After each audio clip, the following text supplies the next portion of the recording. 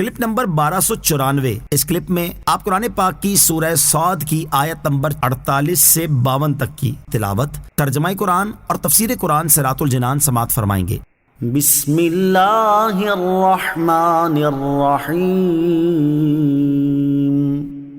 ترجمہ، اللہ کے نام سے شروع جو نہایت مہربان رحمت والا ہے۔ وَاذْكُرْ عِبَادَنَا إِبْرَاهِيمَ وَإِسْحَاقَ وَيَعْقُوبَ أُولِي الْأَيْدِي وَالْأَبْصَارِ إِنَّا أَخْلَصْنَاهُمْ بِخَالِصَةٍ ذِكْرَى الدَّارِ وَإِنَّهُمْ عِندَنَا لَمِنَ الْمُصْطَفَيْنَ الْأَخْيَارِ۔ ترجمہ، اور ہمارے بندوں ابراہیم اور اسحاق اور یعقوب کو یاد کرو جو قوت والے اور سمجھ رکھنے والے تھے، بے شک ہم نے انہیں کھری بات سے چن لیا، وہ اس آخرت کے گھر کی یاد ہے اور بے شک وہ ہمارے نزدیک بہترین چنے ہوئے بندوں میں سے ہیں۔ وَاذْكُرْ عِبَادَنَا إِبْرَاهِيمَ وَإِسْحَاقَ وَيَعْقُوبَ، اور ہمارے بندوں ابراہیم اور اسحاق اور یعقوب کو یاد کرو۔ اس آیت اور اس کے بعد والی دو آیات کا خلاصہ یہ ہے کہ اے پیارے حبیب صلی اللہ تعالیٰ علیہ وآلہ وسلم، ہمارے عنایتوں والے خاص بندوں حضرت ابراہیم علیہ السلام، ان کے بیٹے حضرت اسحاق علیہ السلام اور ان کے بیٹے حضرت یعقوب علیہ السلام کو یاد کریں کہ انہیں اللہ تعالیٰ نے علمی اور عملی قوتیں عطا فرمائیں جن کی بنا پر انہیں اللہ تعالیٰ کی معرفت اور عبادات پر قوت حاصل ہوئی۔ بے شک ہم نے انہیں کھری بات سے چن لیا، اور وہ بات آخرت کے گھر کی یاد ہے کہ وہ لوگوں کو آخرت کی یاد دلاتے، کثرت سے آخرت کا ذکر کرتے، اور دنیا کی محبت نے ان کے دلوں میں جگہ نہیں پائی، اور بے شک وہ ہمارے نزدیک بہترین چنے ہوئے بندوں میں سے ہیں۔ وَإِنَّهُمْ عِندَنَا، اور بے شک وہ ہمارے نزدیک۔ امام فخر الدین رازی رحمۃ اللہ تعالی فرماتے ہیں، اس آیت سے علماء نے انبیاء کرام علیہ السلام کی عصمت یعنی گناہ سے پاک ہونے پر استدلال کیا ہے، کیونکہ اللہ تعالیٰ نے اس آیت میں انہیں کسی قید کے بغیر اخیار فرمایا، اور یہ بہتری ان کے تمام افعال اور صفات کو عام ہے۔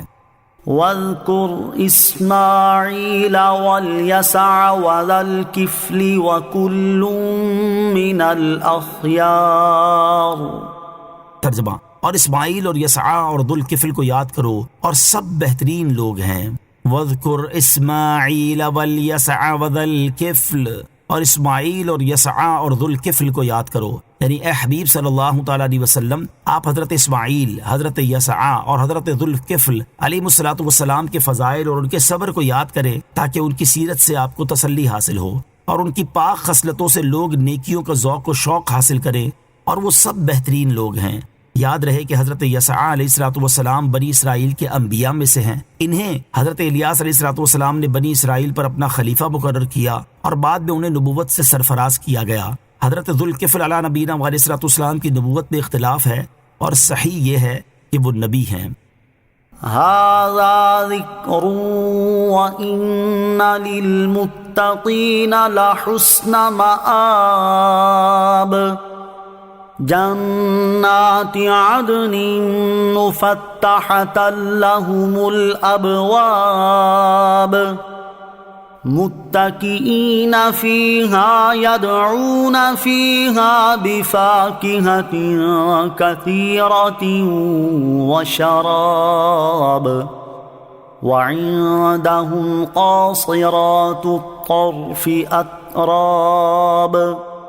ترجمہ،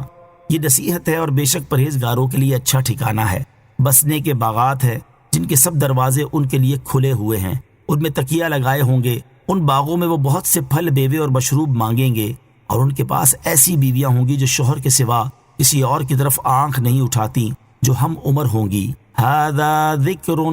یہ نصیحت ہے۔ آیت کے اس حصے کا ایک معنی یہ ہے کہ اے حبیب علیہ السلام، یہ قرآن جو ہم نے آپ کی طرف نازل کیا، اس کے ذریعے ہم نے آپ کو اور آپ کی قوم کو نصیحت کی ہے۔ دوسرا معنی یہ ہے کہ اوپر والی آیات میں انبیاء کرام علیہ السلام کی جو سیرت بیان ہوئی، یہ ان کا ذکر جمیل ہے جو ہمیشہ ہوتا رہے گا۔ وَإِنَّ لِلْمُتَّقِينَ لَحُسْنَ مَآبٍ، اور بے شک پرہیزگاروں کے لیے اچھا ٹھکانہ ہے۔ آیت کے اس حصے اور اس کے بعد والی 3 آیات کا خلاصہ یہ ہے کہ بے شک وہ لوگ جو اللہ تعالیٰ سے ڈرے اور انہوں نے اللہ تعالیٰ کے فرائض کی ادائیگی میں اور اس کی نافرمانی سے بچنے میں اس کا خوف رکھا، تو ان کے لیے آخرت میں اچھا ٹھکانہ ہے، اور وہ اچھا ٹھکانہ بسنے کے باغات ہے جب وہ ان باغات کے دروازوں تک پہنچیں گے تو انہیں اپنے لیے کھلا ہوا پائیں گے۔ فرشتے تعظیم و تکریم کے ساتھ ان کا استقبال کریں گے اور کہیں گے تم پر سلامتی ہو کیونکہ تم نے صبر کیا، تو آخرت کا اچھا انجام کیا ہی خوب ہے۔ ان باغات میں وہ نقش و نگار کیے ہوئے تختوں پر ٹیک لگائے ہوں گے، ان باغوں میں وہ بہت سے پھل میوے اور شراب مانگیں گے، اور ان کے پاس ایسی بیویاں ہوں گی جو اپنے شوہر کے سوا